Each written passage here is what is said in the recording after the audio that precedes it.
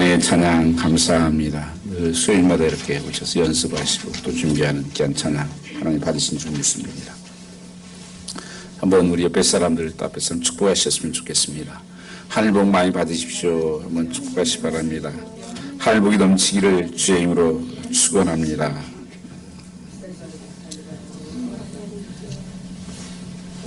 가을이 깊어가는 그런 계절입니다. 우리의 영혼도 좀 깊어가는, 또 우리 영혼도 열매 맺어가는 그런 계절이었으면 합니다. 19세기가 끝나가던 1896년 초여름 새벽이었습니다. 33세 된 한 사나이가 미국 미시간주 자기 집 창고에서 개조된 엔진 하나에 마차를 붙여서 운전을 합니다. 대성공이었습니다. 그 2기통짜리 휘발유 엔진이었습니다. 그 이름을 포드 1호라고 붙였습니다. 그 사나이는 헨리 포드입니다. 그가 많은 사람들 앞에 이렇게 고백을 했습니다. 1세기가 가기 전에 모든 미국 사람들의 집집마다 이 차가 있을 것이고, 그리고 이 차가 모든 길을 돌아다닐 거라고. 사람들은 다 비웃었습니다. 조롱했습니다. 다닐 길도 없고 다 마차 카우패스밖에 없는데 그건 불가능한 일이다, 그렇게 생각을 했습니다. 네, 여러분, 그런데 오늘 여러분이 오시면서 그 꿈이 이루어지는 그 운전을 하고 오신 것입니다. 우리 역사적 우리가 발명, 이렇게 꿈을 꾸는 사람, 오늘 비저너리라고 그렇게 말합니다. 그의 꿈은 이루어졌습니다. 그가 그때 당시에는 컨베어 벨트라는 게 없었습니다. 그렇게 대량 생산할 수 있는 그 기술이 없었는데, 그 컨베어 벨트라는 걸 만들어서, 조립 라인을 만들어서 그 연구를 해서 만들었고, 그 다음에 거기에 헌신이 들어가 있었다 하는 것입니다. 그래서 그는 비전너리라 그렇게 부르는 것입니다. 오늘 우리는 정말 중요한 비전의 꿈을 꾸었던 한 분을 더 소개해드리고 싶은 것입니다. 그것은 우리 주님이십니다. 예수님이십니다. 예수님은 이 땅에 오셔서 천국 복음을 전하러 오셨다고 그렇게 말씀하셨습니다. 그래서 하나님의 나라가 임하는, 하나님을 알지 못하는 사람들이, 어두운 가운데 있는 사람들이 그 빛을 보게 하고, 삶의 방향을 모르고 방황하는 사람들에게 바른 길 가는 구원의 길을 예비하고, 이런 꿈을 주님께서 늘 꾸셨습니다. 그래서 우리가 늘 주기도문에 고백하는 고백이 있습니다. 하늘에 계신 우리 아버지여, 이름이 거룩히 여김 받으시오며 나라의 임하옵시며. 그 나라의 임하옵시오는 이거는 come kingdom of God, kingdom, 그 하나님의 나라, 하나님의 다스리는 삶에 대해서 말씀했습니다. 여러분, 우리에게 이건 굉장히 중요한 기도입니다. 내 삶을 다스리는 삶, 그분이 왕이시고 그분이 다스리는, 통치하는 삶을 말하는 것입니다. 그래서 오소서 하나님의 나라가, 주기도 하면서 여러분 기억해야 될 것이, 하나님, 오늘 우리 가족에게, 하나님 교회에 하나님의 나라가 임하시옵소서. 그건 하나님 통치하여 주시옵소서, 다스려 주시옵소서. 그런 거예요. 남편을 기도하십니까? 하나님, 우리 남편을 다스려 주시옵소서. 아내를 다스려 주시고 우리 자녀들을 다스려 주십시오. 하나님이 통치하는 그 하나님의 나라가 임하게 해 주십시오. 그것은 하나님 왕이심을 고백하는 거예요. 이 천국된 삶.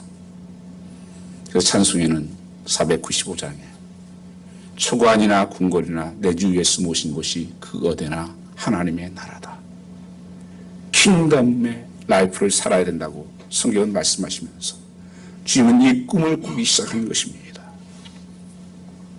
그런데 우리가 어떤 사람들은 다 누구나 꿈을 꾸는데 이루지 못하는 사람들이 있고 꿈을 이루는 사람들이 있습니다.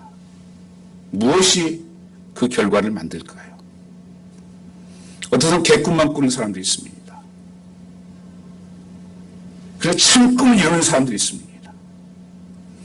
개꿈과 참 꿈은요, 그것이 나만을 위한 것인가, 다른 사람들과 나를 위한 것인가, 하나님 영광을 위한 것인가 하는 것에 대한 구분입니다.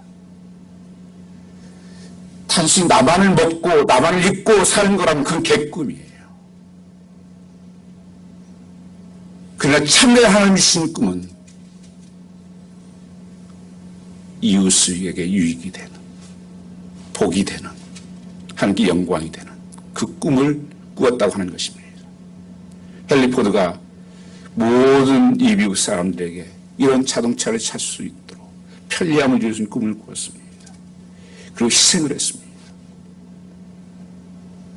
왜 그러면 어떤 사람 그 꿈이 이루어지고 안 이루어지나? 꿈은 대가를 치러야 이루어집니다.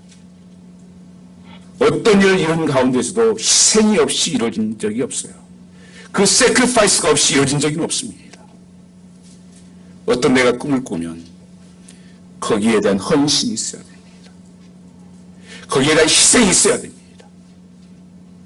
거기에 대한 노력이 있어야 한다고 하는 것입니다. 많은 사람들이 새해 되면 항상 꿈을 꿉니다. 그 꿈을 이루는 사람은 아주 소수예요. 그것은 꿈을 위해서 희생을 하지 않기 때문에 그렇습니다. 삶을 바꾸지 않아서 그러는 것입니다. 그 꿈은 개꿈이 되는 것입니다. 하나님은 복음을 듣고 예수를 믿어 하나님의 자녀가 되어 하는 나라를, 그 가치관을 받아들이기를 원했다고 하는 것입니다. 이 하나님 나라의 삶은 가치관이 다른 거예요. 세상의 가치관이 아니라 성경의 가치관을 가지고 사는 것입니다. 왜 우리가 말씀을 공부하고 예배합니까? 삶의 가치관이 바뀌는 거예요. 기준이 바뀌는 것입니다. 그래서 예수 믿으면 변화가 일어나는 거예요. 고린도서 5장 17절 말씀을 보면 그런즉 그리스도 안에 있으면 새로운 피조물이라. 이전 것은 지나갔으니 보라 새 것이 되었도다. 재미있었던 것이 재미가 없어지고,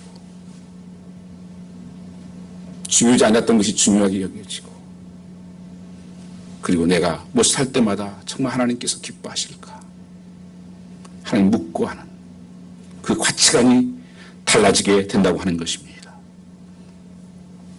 주님께서는 제자를 부르셔서 이 재생산하기로 한 전략을 세우셨습니다. 하나님 나라의 꿈을 위해서, 그럼 하나님 나라의 확장을 위해서. 그래서 12 제자를 뽑으셨고, 그것을 이미 우리가 그 마지막 명령에 보는 것처럼 우리가 다른 아이들에게 복음을 전하여 제자 삼는 일을 살라고 마태복음 28장 19절 20절에 말씀하고 있습니다. 너희는 가서 모든 족속으로 제자를 삼아 아버지와 아들과 이름으로 성령으로 이름으로 세례를 주고 내가 끝날까지 너희와 함께 하겠다. 우리에게 이제는 이 사명이 주어졌다고 하는 것입니다. 하나님 나라를 확장하는 킹덤에 대해서 이 하나님의 꿈이 하나님께서 이 시대의 기회를 통해서 우리 성도의 삶을 통해서 이루어지기를 원한다고 하는 것입니다. 우리는 이 꿈을 이루기 위해서는 상처받은 이웃들에 대해서 관심을 가져야 됩니다. 오늘 본문에 나타난 예수님의 온 관심은 사람들에게 있었습니다. 어떤 마음이었습니까? 예수님은 우리를 돌아보실 때 그를 불쌍히 여기셨다고 말씀하십니다. 오늘 본문 말씀을 보시면 예수님께서 우리를 보시고 목자 없는 양같이 기진하여 죽게 되었었다. 그를 불쌍히 여겼다. 이렇게 말씀하십니다. 우리 개혁성경에는 민망히 여겼다. 이렇게 번역되었습니다. 주님께서 사람을 보았는데 그 그 영혼들을 보니까 목자 없는 양 같아서 거의 기진맥진에 죽게 되어 있는 모습을 보았습니다. 그래서 그들을 불쌍히 여겼고 민망히 여겼다는 것입니다. 여기서 민망히 여겼다고 하는 본래 단어는 컴패션이라는 단어입니다. 그래서 컴패션 성교도 있어요. 이 컴과 패션의 두 합성어예요. 함께 했다. 그 아픔을, 그 고통을. 그래서 떨리는 심장으로 사랑했다는 것입니다. 그 한 영혼을 볼 때 목자 없는 양, 그 양을 볼 때 주님께서는 떨었다는 거예요. 가슴이, 심장이 떨었다는 거예요. 왜요? 불쌍한 마음이 들어서, 민망한 마음이 들어서 그 사람의 아픔을 내 아픔으로, 그들의 약함을 내 약함으로, 그들의 고통을 내 고통으로 받아들였다고 하는 것입니다. 그것이 주님께서 하나님 알지 못하는 영혼들에게 가졌던 그 심정이었습니다. 우리는 이 하나님의 나라의 꿈을 이어가는 사람들에게 꼭 필요한 것은 바로 이 예수님의 마음입니다. 예수 믿는다는 것은 예수님의 마음으로 산다는 것이에요. 여러분 살아가면서 참 바쁘고 분주한 가운데서 살아가면서 다른 사람에 대해서는 보지를 못해요. 그저 나의 아픔, 내 상처, 나의 필요만을 채우고 바라보는 것이 이 시대의 모습이 아니겠습니까? 네, 여러분 좀 눈을 열어서 보시면 정말 아픈 분들이 너무 많죠. 상처와 아픔을 가지고 있는 사람들, 그 고통을 여러분들은 아십니까? 여러분 잘 보시면요, 남편의 아픔이 있습니다. 말 못하는 아픔이 있어요. 그것이 불쌍히 여겨져야 사랑이 가는 거예요. 아내의 모습 속에서 얼마나 힘듭니까? 이민 살면서 참 미국에 살다 보니까 가장 편한 게 언어가 통해야 되고 언어도 잘 안 통하죠. 일해야죠. 가정 살림 살아야죠. 돈 벌어야 하고 하나님도 섬겨야 돼. 얼마나 힘든지 몰라요. 자녀들도 마찬가지예요. 여러분 보이지 않는 굉장히 미국에 차별이 있습니다. 여러분 영어를 해도 그들같이 파패가 그렇게 합니까? 이런 속에서 살아간다는 것이 정말 힘든 일이에요. 이걸 정말 하나님 앞에서 바라보기 시작하면 그게 불쌍한 마음이 드는 거예요. 그 아픔이 내 아픔이 되고 내 고통이 되고 내 마음이 통하고, 이게 주님께서 주셨던 한 영혼을 바라보는 마음이었습니다. 그 심장이 떨렸다는 거예요. 그래서 36절에 예수님께서는 목자 없는 양처럼 고생하고 맥진한 양들을 보셨다고 말하는 것입니다. 그러나 이 세상이 어떻습니까? 정치가들은 사람을 한 사람에 투표하는 사람으로, 유권자로 보겠죠. 비즈니스 하는 사람들은 한 고객으로 보겠죠. 학교에서는 단순히 한 학생으로 보겠죠. 의사는 환자로 그냥 볼 것입니다. 그렇다면 주님은 어떻게 보셨다고 하는 것입니까? 병들고 약한 자들로 보신 것입니다. 그리고 민망히 여기셨다고 말씀하고 있습니다. 우리 삶 속에는 두 가지 삶의 타입이 있다는 것입니다. 골든 맥도날드는 이것을 이렇게 얘기했습니다.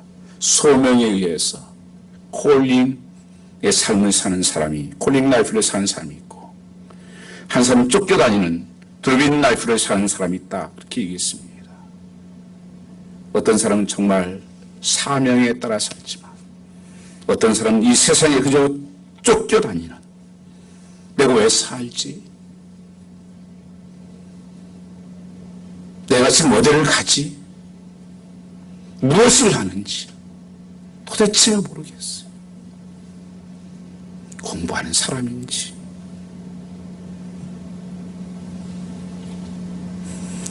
그 아버지인지, 어머니인지, 자식인지, 역할을 모르겠어요. 이 시대가 그래요. 이 시대가 참으로 자기만을 생각하는 그런 셀피시한 정말 이기적인 시대를 살아가고 있다고 하는 것입니다. 그래서 조금도 다른 사람의 관심에 무관심한 거예요. 다 내 일이 아니에요. 주님께서는 한 사람 한 사람이 정말 내가 같이 아파야 돼요. 이웃으로 본 것입니다. 이웃은 무엇입니까? 나를 필요로 하는 사람이 이웃이에요. 나의 손길이, 나의 도움이 필요로 하는 사람 다 이웃입니다. 우리는 상처받은 이웃들을 불쌍히 여겨야 한다고 말씀하고 있는 것입니다. 우리는 얼마든지 그 고통을 보고 무관심하게 지나칠 수 있습니다. 성경에 선한 사마리아 사람에 대한 비유가 있습니다. 어떤 사람이 강도를 만나서 피를 철철 흘리며 문을 넘어져 있었습니다. 제사장이 보고 빨리 가야지 지나갑니다. 또 선지자도 지나갑니다. 목회자도 지나갑니다. 상종도 하는 사마리아 사람이 시간을 내서 돈을 내서 그를 싸매고 치료하고 주막에다 맡겨놓고 돈이 더 필요하면 내가 드릴 테니까 잘 좀 보살펴 주십시오. 그 사마리아 사람 주님께서 물으셨습니다. 누가 내 이웃이냐? 누가 내 이웃이 되느냐? 어쩌면 이 시대가 가정에서도 이런 제사장같이 사는 사람이 많죠. 나는 바쁜 사람이니까, 나는 중요한 사람이니까, 이 서로에 관심이 있습니까? 영혼에 대해 관심이 있습니까? 우리는 누가복음 10장 33절 말씀을 보시면 그는 이렇게 고백하고 있습니다. 어떤 사마리아 사람을 여행하는 중 거기로 그를 보고 불쌍히 여겨 그 다음에 비로에 다가가서 그를 섬기는 사마리아 사람의 자비의 액션이 시작된 것입니다. 여행한 중이라 불쌍히 그를 보고 불쌍히 여겼다. 우리의 눈이에요. 예수님의 마음의 눈이에요. 여러분 이 마음으로 보면 다 아파요. 여러분. 다 상처들을 가지고 있어요.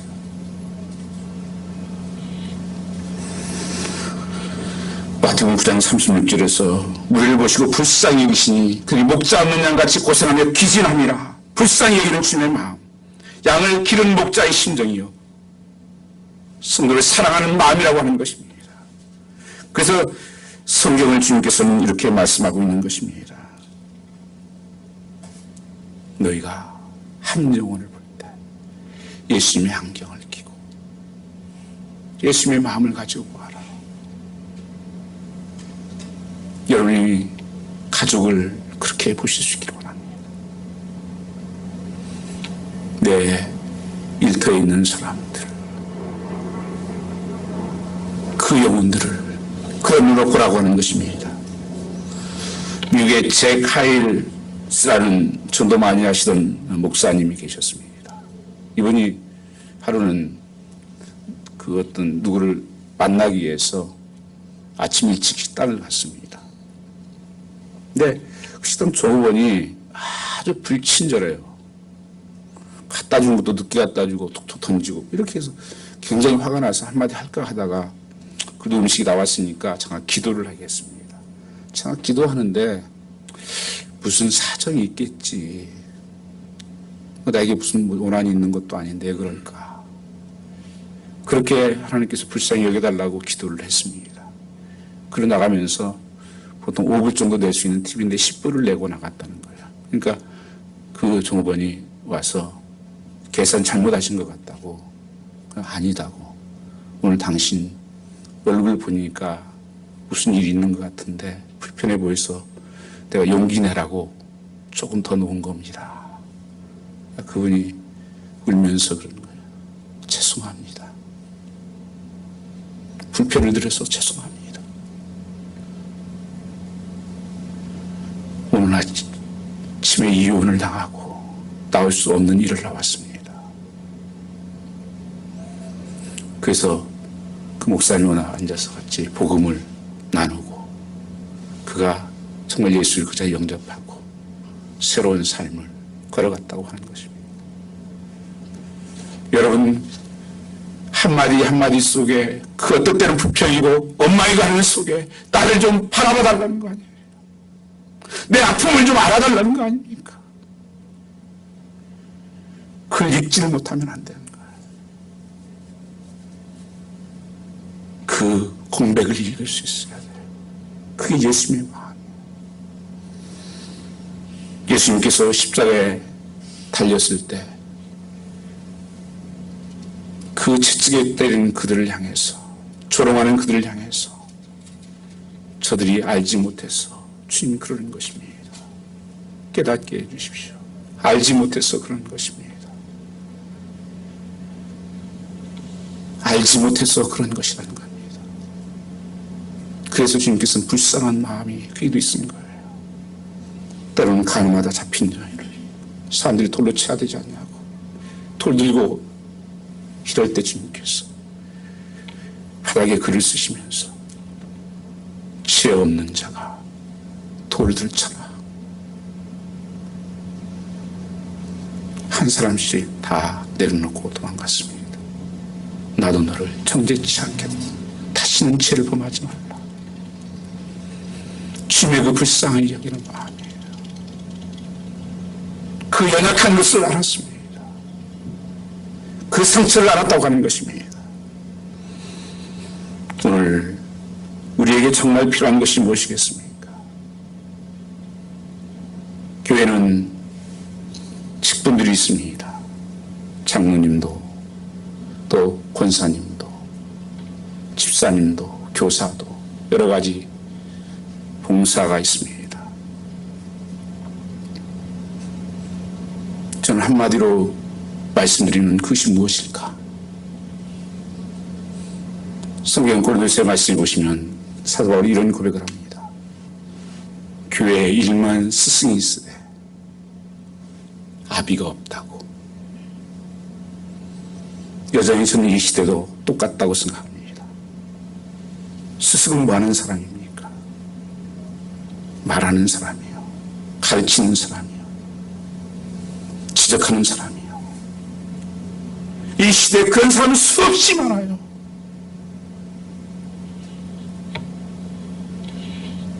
얼마나 우리가 똑똑하게 지적하고 따지고 잘합니까? 근데 하나님 찾으시는 사람은 스승이 아니에요. 교회는 아비의 마음, 어미의 마음 있는 사람을 찾는다는 것입니다. 그래서 직분이라고 하는 것은 한마디로 뭐예요?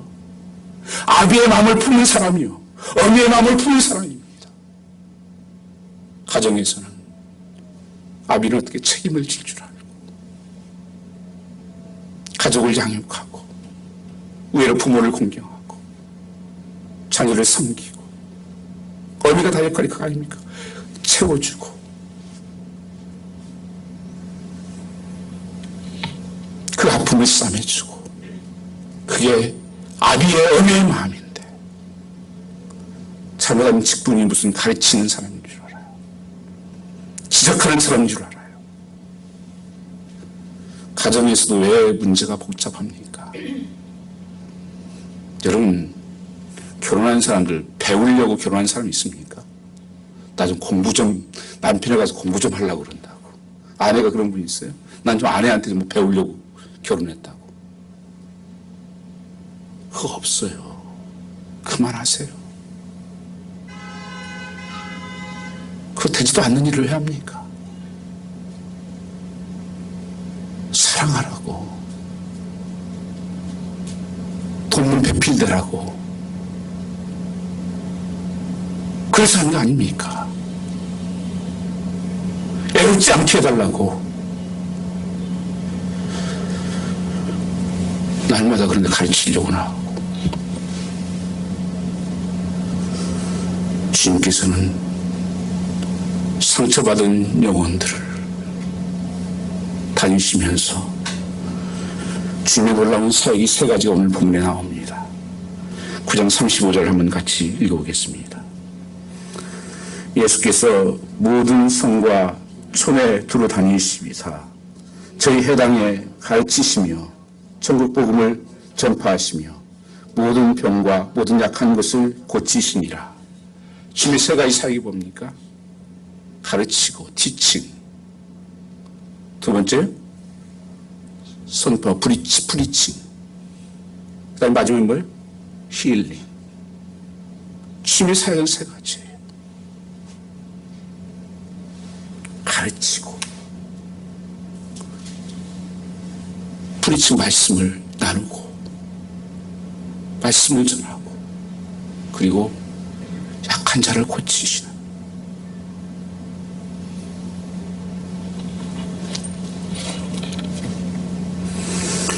저는 그 외과 의사가 좀 무서워요. 서전들 막 째잖아요. 그 영화 같은 거 보면 이렇게 그런 거 잘 못 봅니다. 근데 여러분, 외과 의사가 째기만 하면 그건 강도예요. 더 중요한 게 싸매는 거잖아요. 꼬매고 떼어내고 꼬매고 그것까지 해야 되는 거예요. 그래야 진짜 의사죠. 째기만 하면 의사입니까? 그건 강도의 살인이지. 우리 성도는, 하나님의 자녀들은 싸매는 것까지, 그 예수님이 그 가르치고 훌칭하고 힐링한 것이 그거예요. 그래서 주님께서 12명의 제자를 세워서 그 사역을 가르치면서 함께 뽑아서 그 사역을 하게 했습니다. 주님께서 제사장의 출발의 자리가 이것으로 준비가 시작입니다.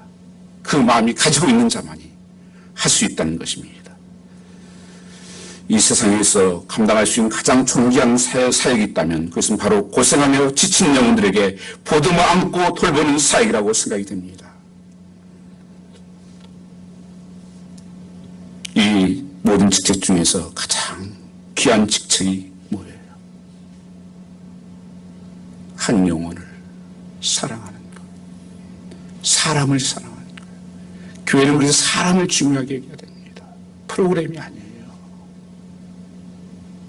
시스템이 아닙니다. 한 사람의 관심이에요. 주님이 그러셨습니다. 마태복음 9장 36절 말씀에 고생하고 지친 영혼들을, 목자 없는 방하는 영혼들을 불쌍하게 여기셨다.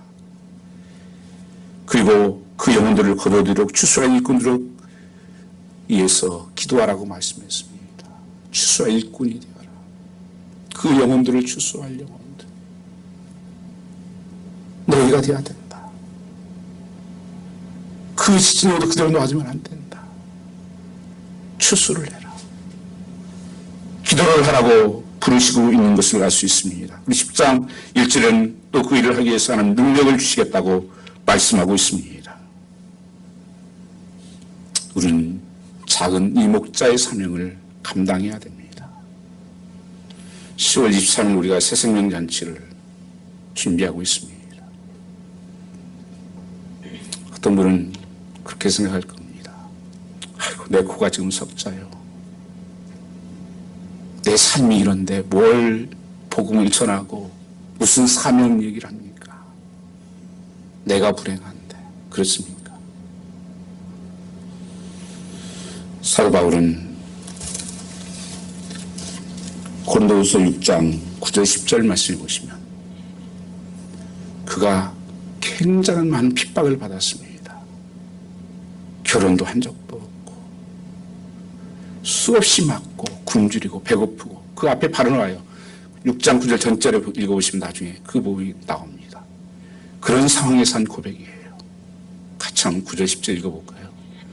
무명한 자 같으나 유명한 자요, 죽은 자 같으나 보라 우리가 살고, 징계를 받은 자 같으나 죽임을 당하지 아니하고, 근심하는 자 같으나 항상 기뻐하고, 가난한 자 같으나 많은 사람을 부유하게 하고, 아무것도 없는 자 같으나 모든 것을 가진 자로다.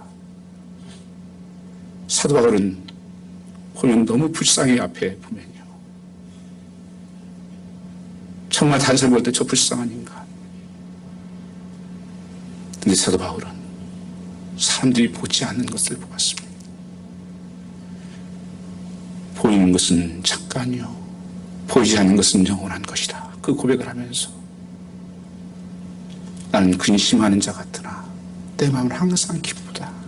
매 맞고 힘들고 고통당해도 그 영혼을 사랑하는 마음 때문에. 가난한 자 같으나 나는 많은 사람을 부유하게 하는 자다. 아무것도 없는 자나 모든 것을 가진 자로다. 그래서 나는 누가 뭐래도 행복해. 그거예요. 여러분, 예수 믿고 이 행복 없습니까?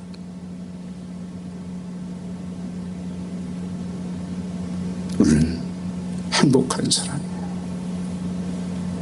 보이는 것 때문에 여러분 낙심하고 그러십니까? 여러분 밖에 있는 그 수많은 영혼들은 지옥에 가요.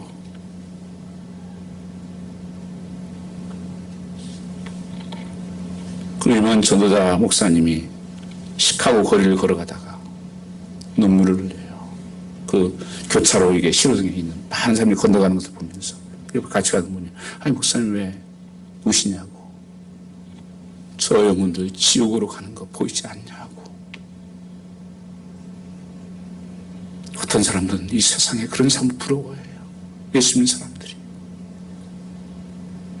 여러분, 우리는 저기 잠깐 있다가 한 나라에 소망이 있는 거예요. 천국된 백성들이에요. 아멘. 주 예수여 오시옵소서. 믿음의 사람들은 다 빨리 가고 싶었던 곳이에요. 이 세상에 뭐가 더 욕심이 있습니까? 저는 목회하면서 제가 여러분 이래도 별로 세상에 부러움이 별로 없는 사람입니다. 하나도 없는 건 아니에요. 뭐 큰 교회 됐다고 해서 뭐 그런 목사님 있다고 해서 기죽지 않아요. 나름대로 미국에서 한 30년 살면서 룸메이트도 해보고 지하실도 살아보고 우리 다 12번 이상 했어요. 다 살아봤어요.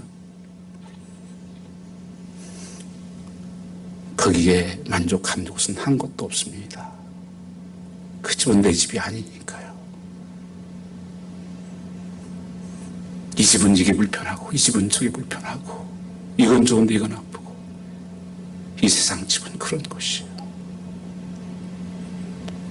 조금 사이즈 있는 교회에서도 저는 사역도 했습니다.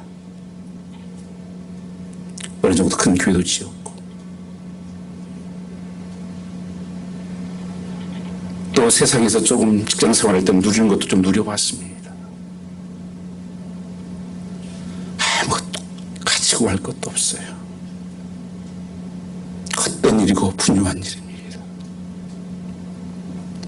하나님께서 맡긴 사명, 한 영혼이라도 구원하는 이 사명을 하나님께서는 그렇게 기뻐하시는 거예요.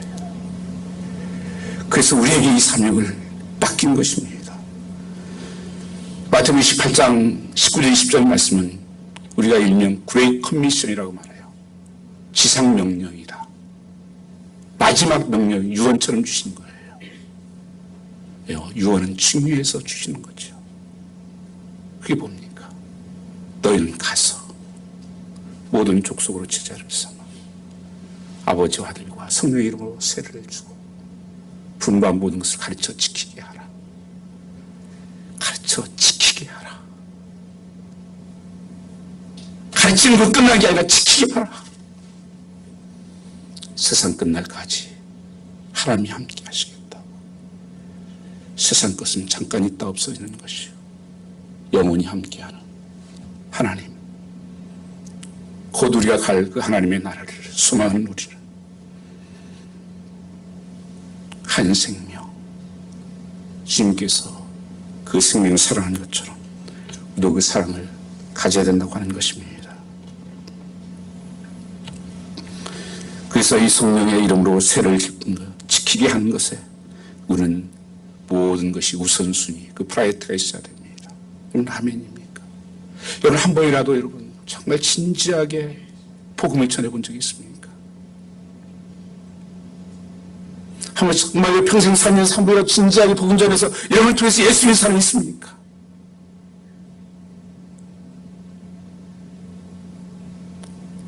쓸데없는 친구 많아서 아무 소용없어요.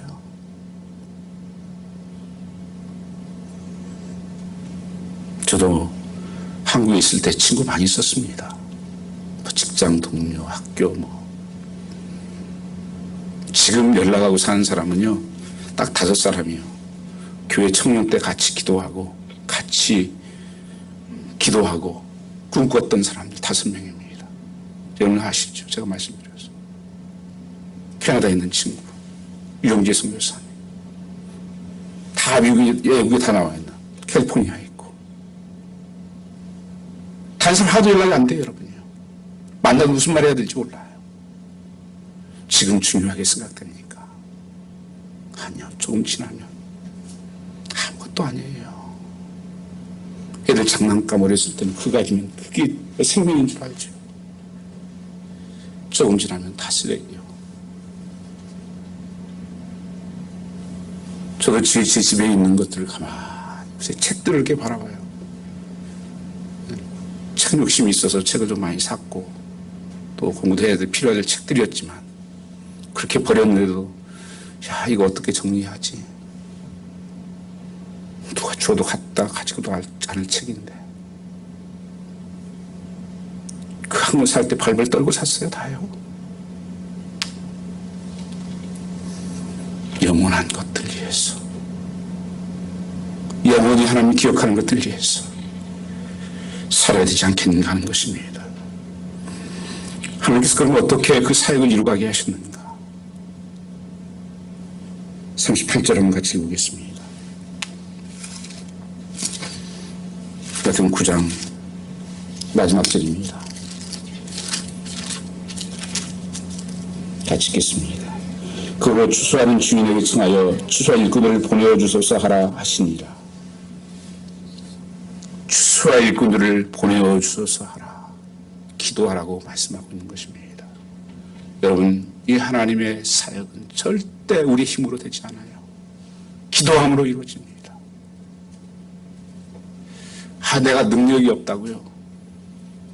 제가 오늘 아침에 늘 하던 기도였어요. 하나님, 넌 능력이 없고 어떻게 할 줄 잘 모릅니다.